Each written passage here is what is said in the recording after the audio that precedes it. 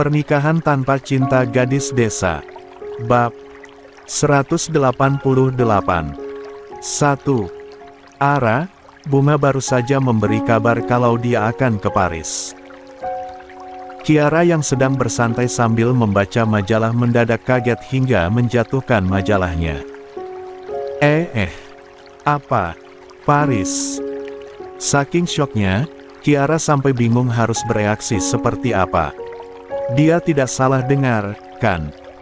Bunga mau ke Paris. Tetapi ini Alarik yang bicara, mana mungkin dia membuat candaan seperti itu. Alarik mengangguk. Iya, dia juga udah konfirmasi sama papa dan mama. Terus, Papa Rico dan Mama Gracia ngizinin gitu aja. Alarik menghela napas. Ya, begitulah. Bunga cuma liburan, kan? Dia di sana sementara. Please, bilang iya Rick. Alarik menatap sang istri dengan prihatin. Sebenarnya, Alarik sendiri juga terkejut saat Bunga mengabari bahwa dia akan ke Paris dan bekerja di sana. Alarik masih tidak bisa percaya. Bunga tidak pernah sekalipun membicarakan rencana mau bekerja di Paris selama ini. Makanya, kabar tersebut lumayan membuat Alarik kaget. Lebih mengejutkannya lagi, orang tua mereka juga mengizinkan. Dulu saat Bunga mau kuliah ke Australia saja, Alarik ingat sekali Rico dan Gracia berpikir keras dan lama. Lalu mereka mengizinkan dan tenang gara-gara ada Kiara di sana juga.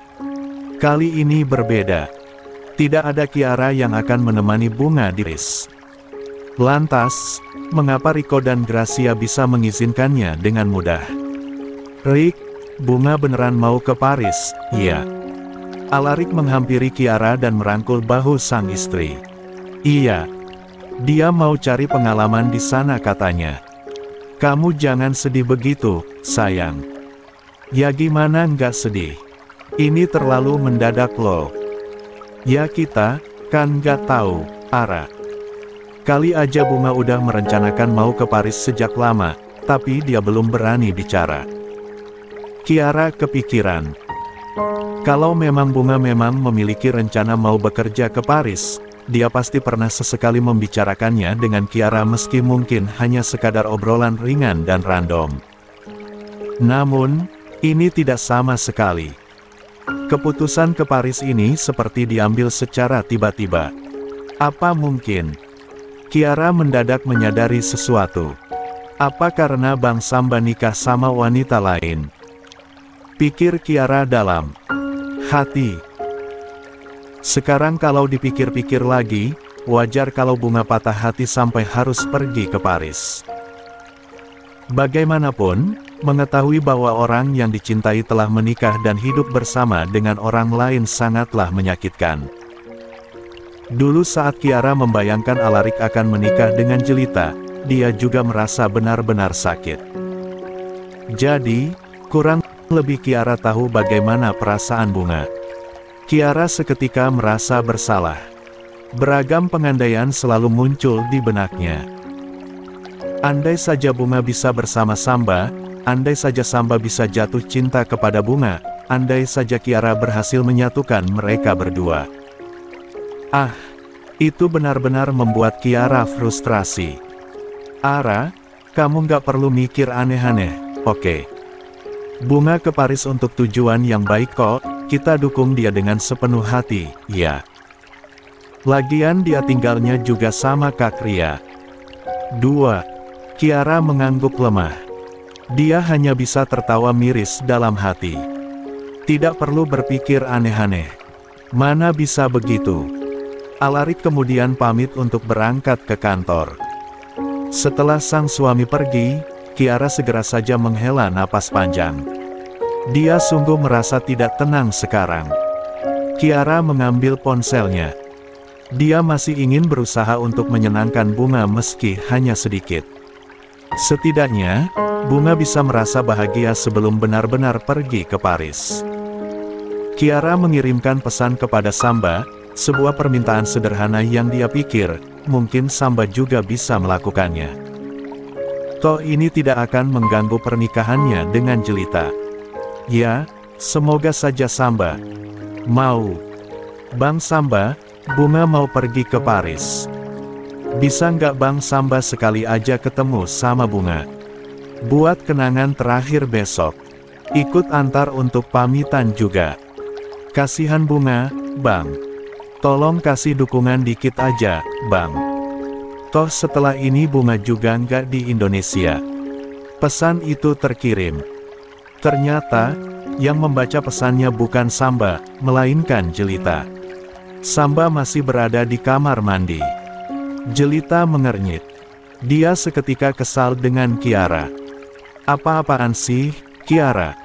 Gumam Jelita menahan kesal. Kan Samba udah nikah dan punya istri. Memangnya dia nggak mikirin perasaanku apa? Jelita menggerutu sendiri. Dia tahu mungkin tujuan Kiara baik, hanya meminta Samba ikut mengantar keberangkatan Bunga ke Paris, itu saja. Namun, berhubung Jelita tahu kalau Bunga naksir kepada Samba, dia jelas tidak tenang. Lalu Samba keluar dari kamar mandi dan melihat sang istri cemberut luar biasa. Samba bingung. Perasaan sebelumnya baik-baik saja. Kenapa cemberut begitu? Tanya Samba. Jelita malas menjawab dan langsung menyerahkan saja ponsel itu kepada suaminya. Samba mengernyit bingung, tapi dia langsung membaca pesan yang dikirimkan dari Kiara. Kalau memang kamu mau datang, ya datang aja. Aku nggak akan larang kok, ujar Jelita. Kasihan, kan anak orang, patah hati sampai mau ke Paris, lanjutnya. Samba geleng-geleng kepala.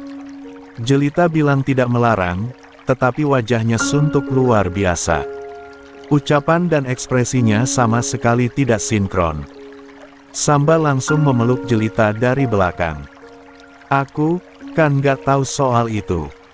Nanti aku tegur Ara, ya. Kamu jangan cemberut terus dong. Jelita kesal sendiri. Aslinya dia juga tidak mau terkesan sangat posesif, tapi dia juga tidak bisa bohong dengan perasaannya sendiri.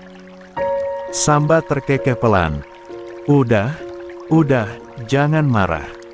Nanti tambah cantik. Jelita tersipu dan langsung memukul lengan Samba. Tapi aku penasaran, Yang. Kenapa sih, kamu nggak tertarik sama Bunga? Samba heran. Kenapa malah jadi ngomongin wanita lain? Jelita mengendikkan bahunya. Ya aku penasaran aja. Ya karena cintaku sudah habis di kamu, sayangku. 3. Jelita mendengkus, tetapi jantungnya berdebar luar biasa. Halah, gombal. Serius kok, sahut Samba. Jelita tidak menanggapi lagi. Percuma saja, nanti malah dia sendiri yang tidak kuat menahan debaran jantungnya gara-gara ucapan Samba. Samba sendiri kemudian segera memakai baju, lalu keduanya bergegas untuk sarapan di restoran hotel. Setelah sarapan, mereka berdua akan langsung check out. Sebenarnya, Samba sudah mau mengajukan cuti demi bulan madu mereka, tetapi Jelita tidak mau. Katanya, lebih baik uang Samba ditabung saja untuk masa depan nanti. Lebih baik hemat. Jadi setelah sarapan, mereka akan langsung pulang. Ketika mereka berdua keluar dari hotel, ternyata sudah banyak wartawan yang menunggu. Kamera-kamera berjajar dan siap menjepret momen Jelita bersama sang suami. Jujur, Jelita lumayan kaget. Dia pikir, wartawan tidak akan mengejarnya lagi karena di acara pernikahan kemarin sudah cukup meliputnya. Namun ternyata tidak. Mereka tetap saja haus informasi. Jelita melirik Samba yang juga kelihatan kaget dengan hadirnya wartawan-wartawan itu. Jelita jadi merasa tidak enak. Takutnya, Samba nanti risih. Samba peka dengan ekspresi khawatir di wajah Jelita, jadi dia menepuk bahu istrinya pelan. Sudah, tenang saja, bisiknya.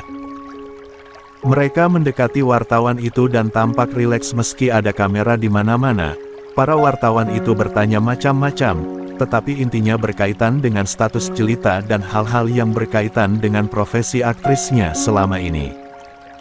Saya mau fokus ke rumah tangga saja. Ya, sesekali menerima endorsement di sosial media tidak masalah, tetapi kalau untuk kembali menjadi model atau aktris film dan sinetron, sepertinya mau hiatus dulu. Untuk kedepannya masih belum tahu, yang terpenting saat ini ingin fokus pada keluarga dulu, jelas Jelita.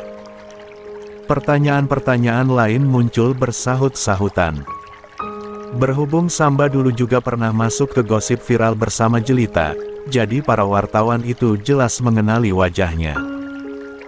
Gosip kuah bakso viral waktu itu kembali diangkat gara-gara pernikahan Jelita dan Samba.